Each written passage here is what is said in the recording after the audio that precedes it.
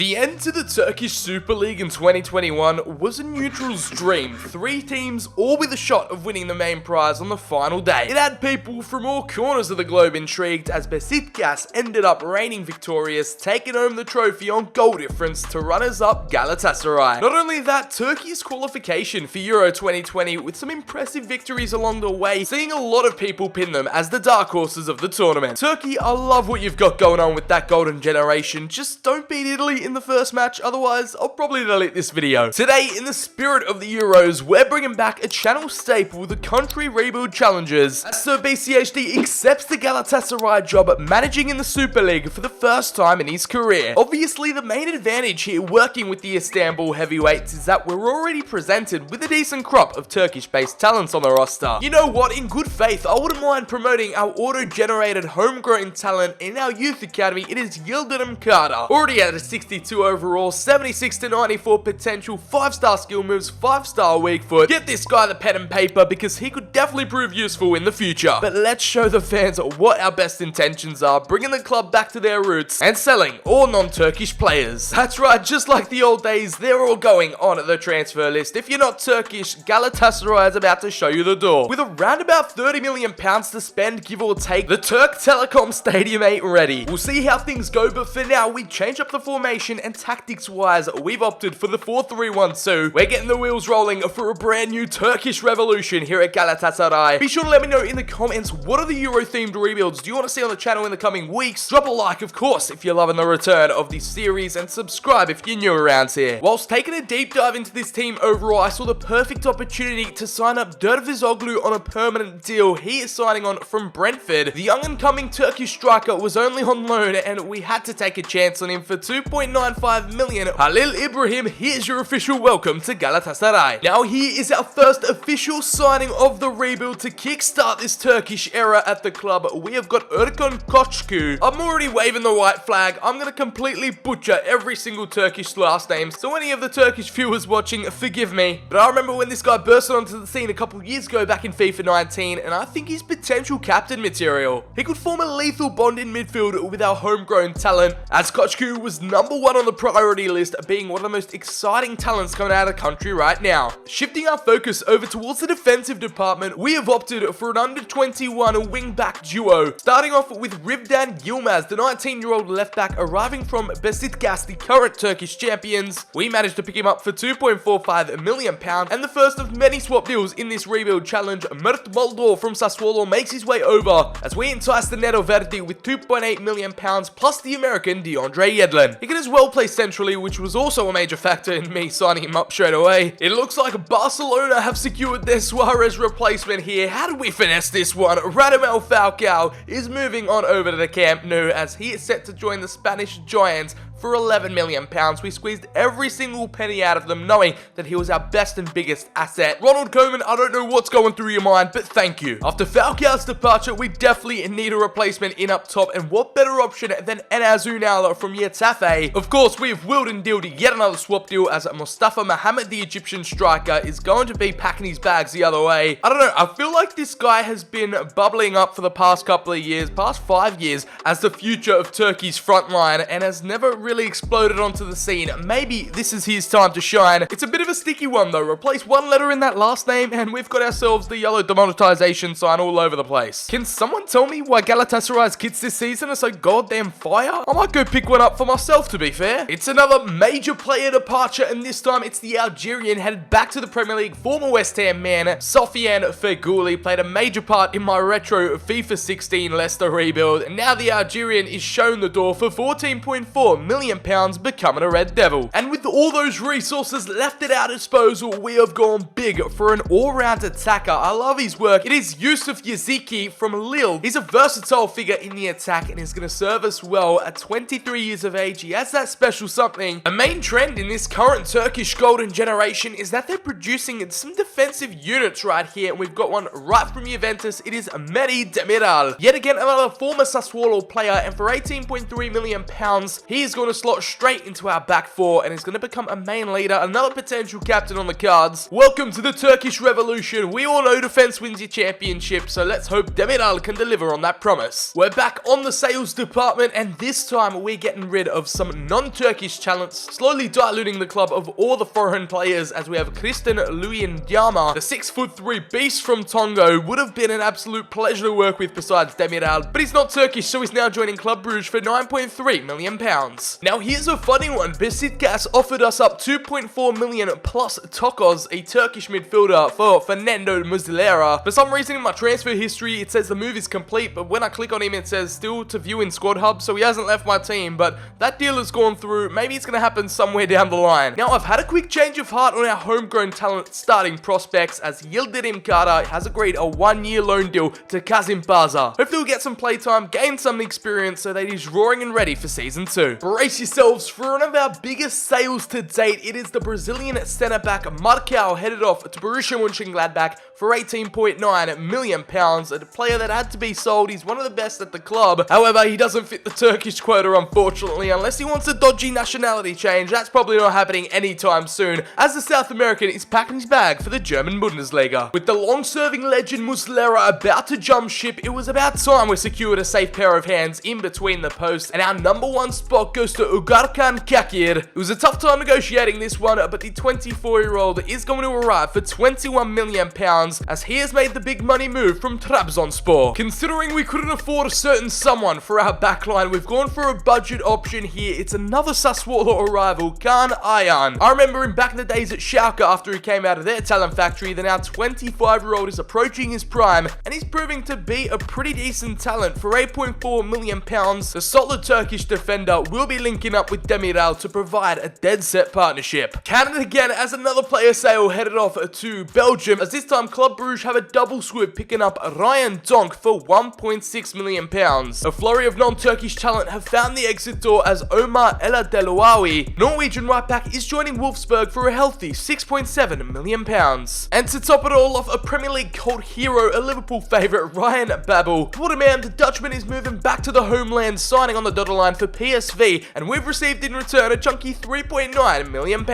Now I can't even wrap my head around the fact that we had the ability to entertain this move. I just said we couldn't afford him earlier, but with a couple of player sales and of course some wheeling and dealing, we have secured the services of one of the best Turkish players out there right now. Kalgar Soyuncu has been a stalwart for Leicester City in the Foxes backline, and for £23.9 million plus Emre Kilinic, we had to sacrifice one of our own, but it was goddamn worth it. Lord Farquhar, welcome to the Turkish Galatasaray Revolution. When I said we squeezed every single penny out of the budget, I wasn't lying. We're not going to be too busy throughout deadline day. We did most of the talking throughout the transfer window, and it has been a prosperous summer. Usually it's the first transfer windows of these rebuilds where it's the most happening, because there is so much squad turnover. £111 million spent and just over £71 million of profit. It's been a hectic start to our tenure, but long may it continue. Here is how our starting 11 is looking after that rapid transfer window. We've managed to secure an all-Turkish starting 11 in the first season, and here is our second backup plan, just in case like a striker doesn't fulfill his potential and we have to rely on one main man, but that is a backup option. Here is the trademark 4-2-2 that we'll be deploying. Well, that was easy. We've completely swept the league here with an all-Turkish Galatasaray, and in my first professional debut in management here in Turkey, the Super League is now mine, finishing on top with 93 points, beating out Besiktas and Fenerbahce. It was a 6-point gap at the top, and we're sitting pretty on the summit. Make that 2 trophies this season, as we've secured the domestic double, winning the Turk Kumpasi. It's the Turkish Cup, taking down Besiktas in the final 2-1. Now, how did our European performance fare? I know we didn't make it through to the final. We finished on top of Group C, involved with Anderlecht, Victoria Plzen and Nacional, and our Europa League run ended there, facing Real Sociedad and getting eliminated 3-1 on aggregate. Still with plenty more business to do to improve this squad, not so that it's set for the domestic level, but on the continental scene. Who were our main MVPs? And we're looking at him right here with 24 goals and 8 assists. Emre Akbaba had the season of his life. The 28-year-old in his prime. I thought he'd take a backseat this season, but no, he's been one of our main key performers, and the assistant manager has entrusted his faith in him, and good on him. Now number 20 outperforming the rest, and as Unal, our summer transfer signing, definitely had his shooting boots on this season with 30 goal contributions, 22 goals, and was one of our highest goal scorers. Yusuf Yaziki, he's got so much to his game, not just scoring, but also also creating a +4 growth for him, now standing at an 82, but he was the only player to have double figures in both goals and assists with 37 goal contributions in 55 appearances. And our deep line playmaker Antaliali, that is such a fun name to say, 3 goals and 4 assists for the 26-year-old, and our young gun captain Kochiku, 3 goals and 2 assists from the CDM spot. Dodofisoglu, I know it's early days, but he kind of disappointed this season, only 2 goals in 26 appearances. Our homegrown talent out on loan, he secured 7 appearances with 1 goal, but that +5 growth to his overall is an absolute win. Getting our hands on all available silverware in Turkey, we've proven our credentials not only managerially but our players. They have the quality this time to perform in the Champions League, where we've qualified, because I believe top spot is qualification, so we're entering a whole new realm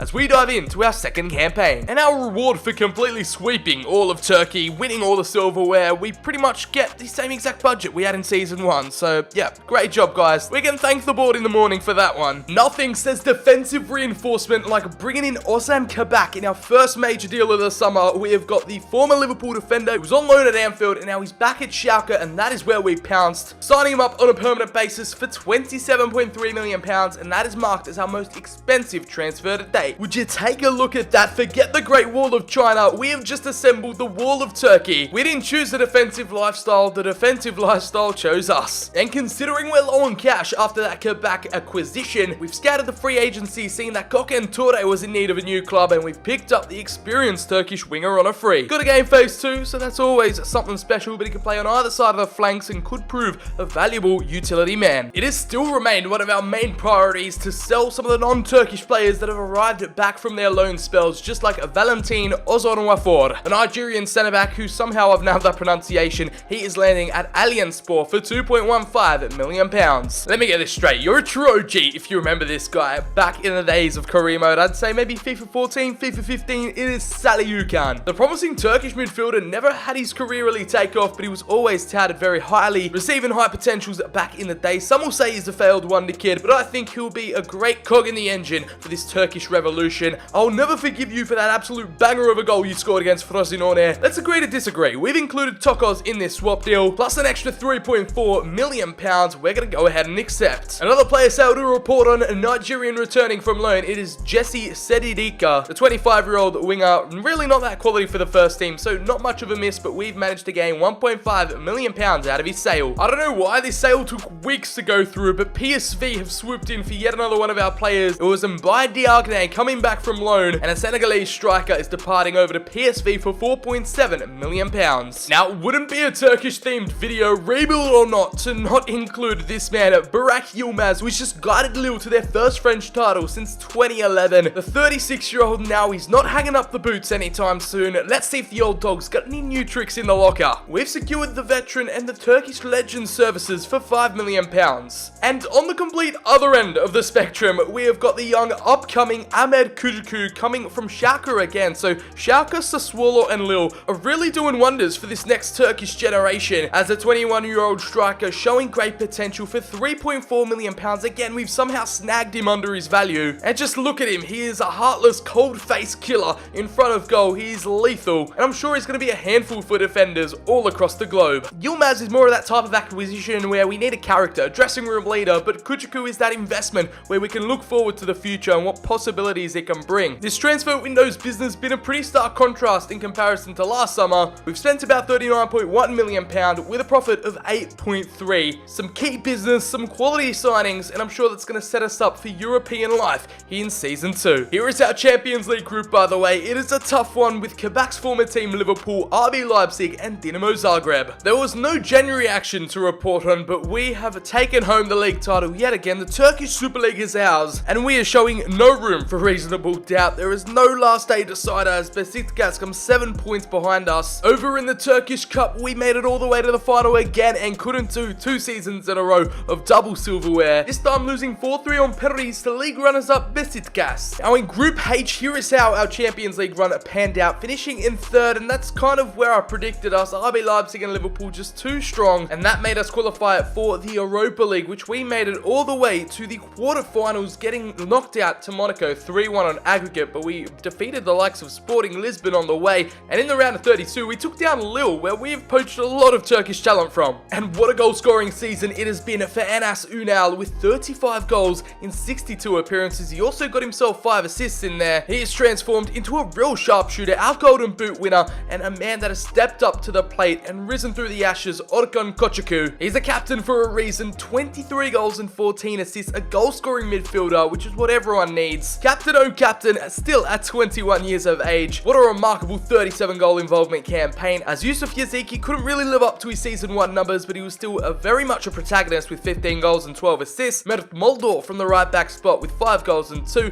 and Dervizoglu from the bench with 5 goals. Burak Yilmaz still kicking on, the 36-year-old with 2 goals, and Koçukwu, the future of our attack, with 3 goals in 12 appearances. The player of the tournament has been announced, and it can only go to one man, Unal. I might just gift him the title of the Turkish Ibrahimovic. Maybe if he tied up his hair in a little ponytail, he'll show some more resemblance, but that goal-scoring record speaks for itself. We've displayed our dominance in Turkey, now it's time to showcase it yet again in the Champions League. We need to get out the group stages this time around, but Season 3 is going to bring in more action, more hype, and even more Turkish player arrivals. We are starting Season 3 off big here, introducing the likes of Hakan Çalhanoğlu over from Manchester United. Then our current AC Milan baller is one of Turkey's best players, and he's always got an ounce of creativity in those bones. He's wicked at free kicks, has got a long shot in him, and his dribbling is sublime. For £31 million, that makes him our most expensive player, and he well and truly earns that number 7 shirt. In our first 2 moves of the window, we have snapped up a Premier League duo, and this time it is Cengiz Ünder, the Undertaker from Leicester City. For £24 million,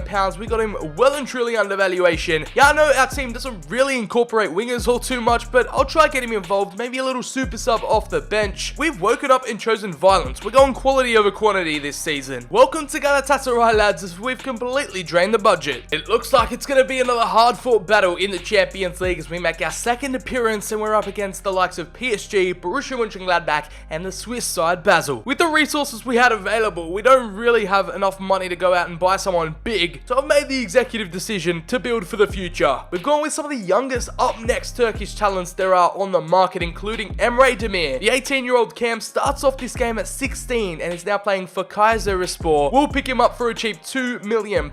We also have former Galatasaray player Mustafa Kapi, who burst onto the scene here at the club. He then departed to join Lille, which they just love their Turkish talent over there. We're going to buy him back for £1.8 million just to bulk up the squad and get this Turkish quota through the roof. We've got yet another insane defensive unit, Ravel Tagir from Istanbul Başakşehir here. We're poaching from our neighbors, we're taking from our rivals, and these guys in the next 3 to 5 years will explode onto the scene. And lucky last, it is Omer Beyaz, yet another classic playmaker, number 10, this time arriving from Fenerbahçe, and now Yusuf Barasi, a young gun attacking threat whose deal is taking a little longer than usual, but that one will go through. The AZ Alkmaar prospect agrees to terms, and that has been a very productive January. We're not really known for our January investment, but I just decided to focus on our youth and see if they could actually make a long-term impact in this rebuild. To wrap up the end of Season 3, it has been the closest title race to date. It's a 2-horse race between us and Besiktas, but in the end, we came out on top with 99 points, a 3-point margin this time around. Fenerbahçe has snuck up into the top 4 alongside Konyaspor. Just like in Season 1, we do the double. It was a 3-0 dominating win over Trabzonspor. Now, in the Champions League, this is how our European adventure fared. In Group E, on top was PSG. They were pretty much always impossible to take down, but we secured second pretty comfortably. Progressing through to the round of 16 for the first time, we came up against Manchester United. We held our own, and then were eventually eliminated to the eventual champions. A 5-goal thriller in a Manchester derby final. I don't know if you guys are seeing this as well, but we might be a few top-tier quality signings away for contending for the Champions League, as Enes Ünal, just when you thought he couldn't top that 35-goal season he had last time out, he has gone absolutely beast mode. The Turkish Ibra has scored 44 goals and 9 assists. That is 53 goal contributions in 61 appearances. Probably one of the best acquisitions we've had throughout this rebuild. And how has he not grown more than just a +2? The 26-year-old entering his prime, which is scary enough. And now Orkun Koçukwu, our captain, with 28 goal involvements. He's a goal scorer and midfielder, like we all know. But again, it's another +2. With such an amazing campaign, the growth is there, but it's not as convincing. Just like with Ahmed Kutucu with 16 goals, the partner for Unal, and he's definitely been shown out of the limelight thanks to his partner in crime, as we have Yusuf Yaziki pretty much replicating his stats from Season 2, and Emre Akbaba, the surprise package MVP from Season 1, is back at it again in his 30s, still killing it. 13 goals and 6 assists off the bench. All of a sudden, our deep line full-time playmaker Antalyaspor has decided to have a great season, 8 goals and 11 assists. Ali Ukan also as well contributing. But the big money signings, the disappointments have started to arise here with Hakan Çalhanoğlu. We've converted him into a central midfielder this season. Let's see how that translates next time out, as he only got himself 3 assists in 24 appearances, and Cengiz Ünder, it was always going to be hard for him considering there was no right wing spot, but only 9 appearances for the Undertaker off the bench. And the underdogs, the hidden gems, are getting such good growth thanks to our constant development plans being implemented, so that's what's going on behind the scenes. And our most expensive Turkish asset right here is Mehdi Demiral, financially valued on the transfer market at £64 million.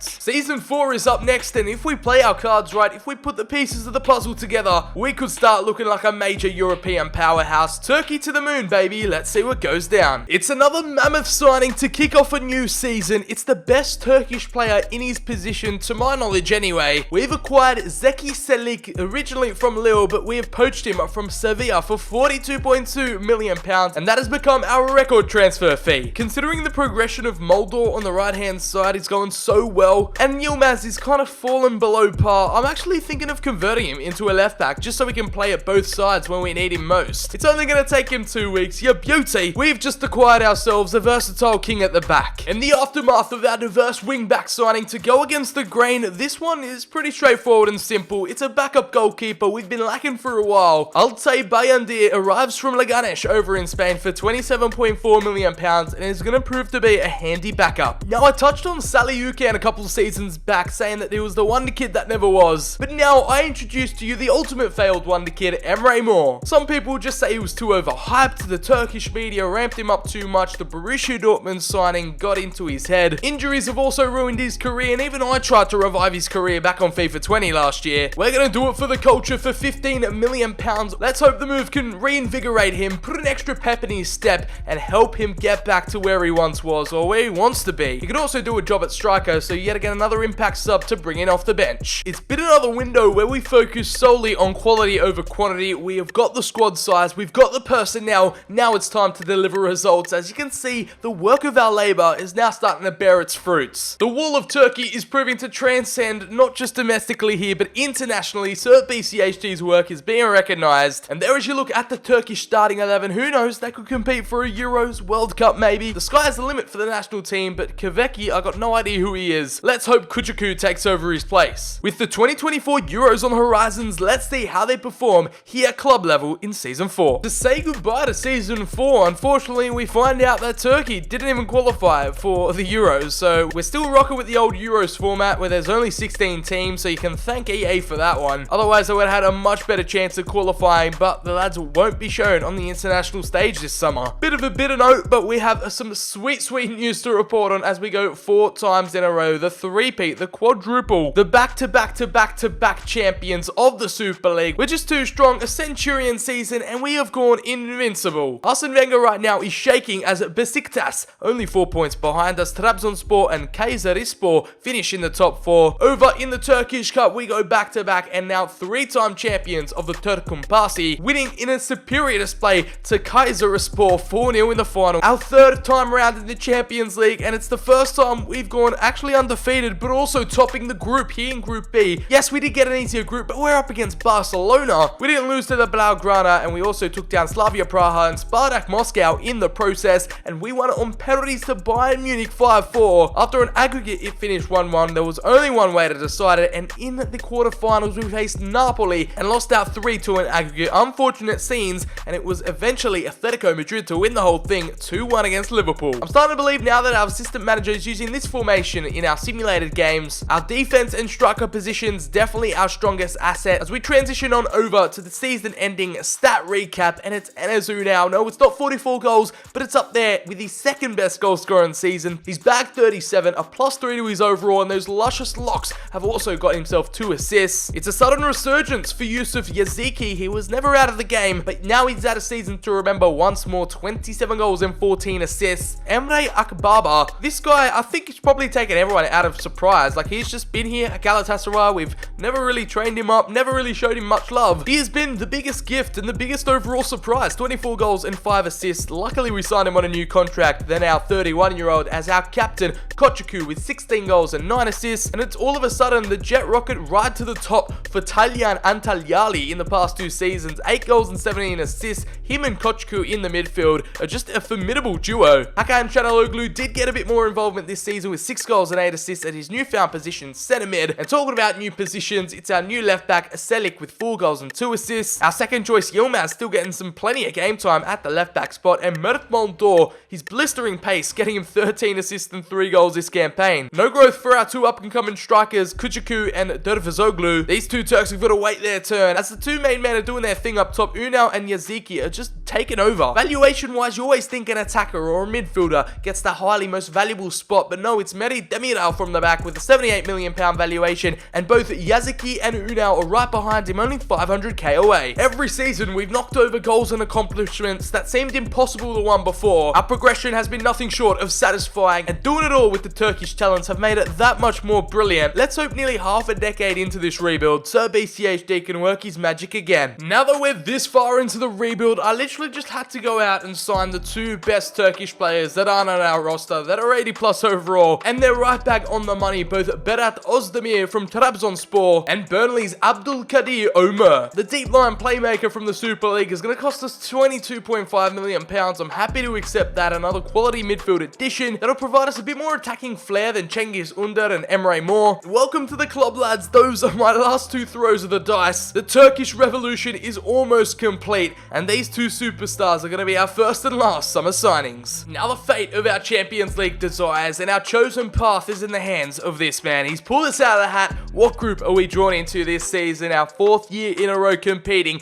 and we're up against Man City, Lazio, and Spartak Moscow, familiar foes in Group B. Not the easiest, not the hardest, but definitely a tough one, and you gotta come up against the best if you want to be the best. Here's our team. Take a good hard look. Our defense is completely rock solid. Our attack is lethal. These 2 strikers together, I'm telling you right now, it's like Batman and Robin up top. Our defense is that good that Kabak has to be warming the bench. I got my hopes. Let's see where this Turkish Galatasaray team leads us here in Season 5. Before I showcase what exactly this Galatasaray squad have accomplished this season, we're going to start off with the Super Lig. And this is the trophy we have never failed to win. For the first time, I think, in rebuild history, if we keep this 100% record up, this could be a record. 94 points, not exactly Centurions, but doesn't really matter at the end of the day. Trabzonspor in second, Besiktas and Fenerbahce finish off the top 4. And over in the Turkish Cup, we have a final to play against Konyaspor. Just like how we have another final in another competition, over in the European context, it is a Champions League final versus Olympic Lyon. This looks more like a Europa League final than a Champions League. Let's have a look at what the Europa League's looking like. I think Milan versus United has a bit more of a Champions League feel to it than Galatasaray taking on Lyon. But let's take a look at the road to the final. We came out through with Manchester City, Spartak Moscow, and Lazio eliminated. In the round of 16, we faced Inter and beat them 3-1 on aggregate, progressing into the quarters and eliminating Bayern Munich 3-2 on aggregate. And again, we booked our ticket into the final by taking down yet another German opposition, Borussia Dortmund. It's that famous scoreline 3-2. I mean, the treble could be completed this season, but the Champions League final was actually played before the Turkish Cup final, so I'm conflicted here, but we're definitely going to be playing this one against Lyon under the big European lights. It's been Turkey FC, the Great Wall of Turkey, whatever you want to call us. It's a brand new revolution that is bound to take over European football. Now let's take one last look at the entire roster before we get into tonight's final. We have a goal-scoring freak. Forget the Turkish Ibra, I think he's the Turkish Lewandowski. He has an iron boot for goal. In 63 appearances, he has been a mainstay ever since he arrived. And his strike partner in crime, he doesn't match him in terms of goals, but he definitely makes up for it in terms of assists. 28 goals and 25 assists, double figures, just like our captain Kochaku, who has the opportunity to lead us out and lift up the Big Ears trophy. 15 goals and 3 assists for a revitalized Cengiz Under, and our homegrown talent who never really hit the ground running, 7 goals and 4 assists for Yildirim Kara. 10 assists from our boy Talyan in midfield with 3 goals as well. We've also got Celik with 4 goals and 5 assists, and Moltor, who's just having a lovely time bombing up and down the right hand flanks, 12 assists and 2 goals. This has been such a thrilling ride in an area where I've never managed before. We've seen so much growth and development, talents discovered that we never knew of before, and I'm sure Turkey are going to have so much fun in the future just seeing all these guys grow. With a lot of interesting characters, we've managed to unite them today thanks to career mode and dynamic potential being so overpowered. No players that have hit that glorious 90, but we've got 6 in our team that are on the verge. They're all on 89. Financially, we have 2 players that have hit the £100 million mark, and they're the 2 men up front. They're inseparable. Yaziki and Unal are both valued at £103 million.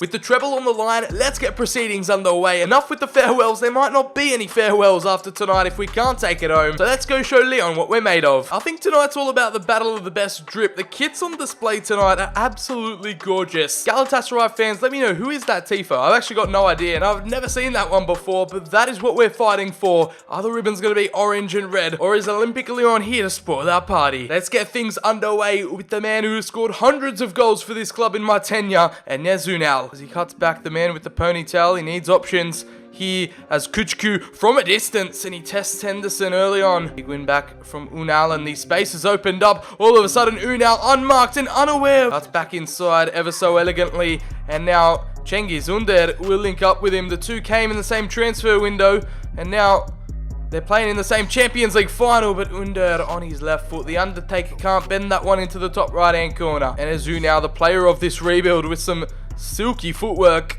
Our number 4 passes it through to Kochku, the captain. And now back on over. We're trying to unlock this defense. And all of a sudden, Yachichi, off the post. As Kochku finds Unal, all of a sudden this fast build-up can't be contained. Yaziki has found it through to Chanaloglu. And all of a sudden, Kochku, a lovely little ball. 1-on-1 now, Unal. And he took that one too quickly. A poor finish. You gotta be converting those, son. But it's back to him again. And before half-time, we can make something here. It is again a lovely little possession. A lovely little bit of space opening up. Unal, I need to try and find the space across. And no, it isn't to be. The Galatasaray faithful is still cheering strong as we enter the second period. That could provide something, but Quebec does the rest. Kochku now back on over to Unal. A lovely ball over the top, but what are with these interceptions in midair? Cengiz Under is onside and he'll whip a dangerous ball. And Kochku nearly could have gotten us the opener there. The captain misses a glorious chance on point blank range. And now Moldor with his blistering pace on this right hand side. Have we got options in the middle? No. No one is available, but a lovely piece of skill from the man in the middle, and it's opened up for Hakan Çalhanoğlu. That was the moment. That was the chance of the game, and we have just squandered it. Our number 7 with a low-drilled shot just past the post. Inches on yellow. We got to be careful, man. We might have to do a sub because this looks like it's headed into extra time. Or will it be? Or will it won't be? Oh, Weghorst, that's the first save our keeper has. That's the make all night. It's headed into overtime, boys, unless Leon can find a late winner here. We got 1 minute of stoppage time. Will the referee let them have one last chance? We got to go in for the tackle. The captain goes sliding, and they've now entered the box. A big chance for Weghorst, but Erkan makes sure this bout goes into extra time in what has been one of the poorest displays in Champions League final history, especially what I've seen in rebuild history. And now we've got an extra half an hour of football. So Soyuncu's coming off. I mean, he's kind of been a bit wobbly tonight, so Demiral is going to replace him. I don't want us going down to 10 men. And for good measure, Omer's coming on for Çalhanoğlu. Oh wow, they've just worked their way through. They've just walked through our defense. And Ricky Puig in the 95th minute, the Spanish little Xavi in the midfield has done it for Leon. And that has been one of their first shots on target. They posed the threat in like the last 2 minutes of regular time. And now in extra time, they have clamped down their fist and taken a stranglehold on this game. The moment we have a chance to attack, it's halftime. Back on over Yaziki. It's an overlapping run from Mert Moldor. And look at him go. It's a ball inside. Oh, it's tumbling around. And it's Unal. Unal gets it in. How has that one made its way through? We will never know. But the Galatasaray faithful finally have an equalising goal. After 115 minutes, it's the club record goal scorer, Enes Unal, in one of the messiest Champions League final goals you'll ever see, as the keeper fumbles it. I think one of our players slide tackles the keeper. And then somehow, someway, he doesn't even clear it properly. And it falls straight to the path of Unal, a little dink over the top into an open net, and we have found our way through. Our number 9 delivers in his formidable best. We've had to work hard for that one, and it might be going down to spot kicks if we can't find an answer in these last 5 minutes. Big win back, and now Mert Moldor again. He was the source of the last goal, and now is he going to provide something here in the last few minutes? The captain Kochku, and he couldn't find the space to unleash. Get to him, tackle him. And is there time for another attack? I don't think so. We boot it forward, and it's going to go to spot kicks. Penalties it is to decide who will become the European champions, and if we can finish off the video. Here we go. First up, it's Unal. He's going to go to the right, and he sinks that one in. Okay, we need to keep our cool here. It's Paco Alcesa. He's going to go right, and he's Panenka'd left. All right, fair play, lad. Cengiz Under. I think I'm going to go bottom left. And it's just made it in. Okay, Alexander Zinchenko. I think he's going to go left, and he does. Did that go in? No, he's missed it. Okay, I didn't even see that, but alright. Yaziki now, who has been one of our mainstays, the left footer. He's going to go for power, and power he does, and he sends the keeper the wrong way. A classic number 10 move. As Ricky Puig, he scored in real time, and he's going to get denied by our number 1 in between the sticks. And it's Jordan Henderson. If the captain, Kuchaku, the man who we signed in Season 1, scores here, it'll be over. The number 21, with nerves of steel, he's going to go left, and he's missed it.